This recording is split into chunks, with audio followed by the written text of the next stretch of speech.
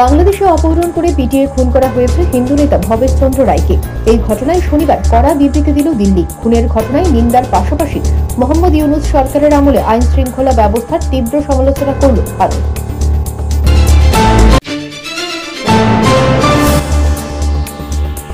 ভারত ও চীনের মধ্যে সম্পর্কের বরফ গলছে। দীর্ঘ বিরতির পর 2025 সালের গ্রীষ্মে ফের শুরু হতে চলেছে পুণ্যার্থীদের জন্য কৈলাস মানস সরোবর যাত্রা।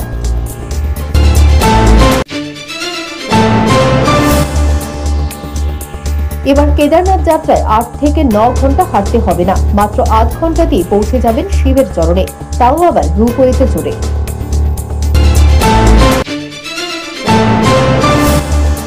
আফগানিস্তান থেকে দিল্লি, জম্মু কাশ্মীরের বিভিন্ন প্রান্ত কেঁপে উঠল। শনিবার ভর দুপুরে ভূমিকম্প অনুভূত হল আফগানিস্তানে।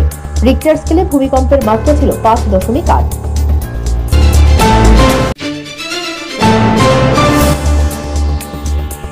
ব্যাংক থেকে ঋণ নিয়ে পরিশোধ না করায় বাড়ির জায়গা দখল নিতে এলো ব্যাংক। ঘটনা শনিবার বিশ্রামগঞ্জের নমজলা এলাকার ইসমাইল মিয়া এবং রুট মিয়ার বাড়িতে।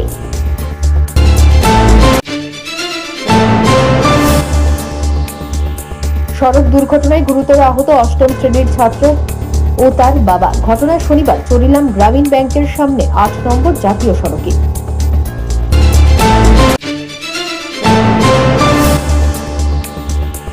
দুই সাপের লড়াই। এই ঘটনা শনিবার বিশালগড় পূর্ব লক্ষ্মীবিল পালপাড়া এলাকায়।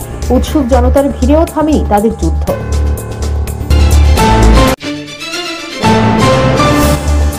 এবার নিখোঁজ হলো 7ম শ্রেণীর এক ছাত্রী। কুমারঘাট এসি কমপ্লেক্স এলাকার মেয়েটি নিখোঁজের ঘটনা নিয়ে সংবাদ মাধ্যমের মুখোমুখি হন নিখোঁজ ছাত্রের বাবা।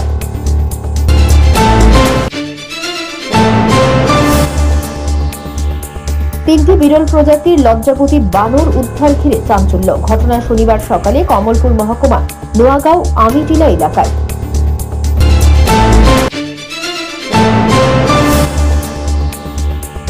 1.5 বছর আগে সমাপ্ত হয়েছে 208 নম্বর জাতীয় সড়ক। খোয়াই থেকে কমলপুর যাওয়ার পথে লাম্বুছড়া হাই স্কুলের আগের রাস্তায় যানবাহন চলাচল এক প্রকার বন্ধ।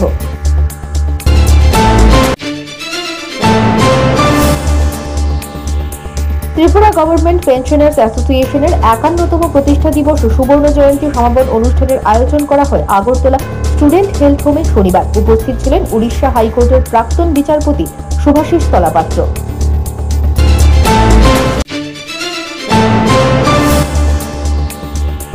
শান্তিরবাজার শহর এলাকায় বিদ্যুৎ বিভ্রাটে নাজেহাল জনসাধারণ।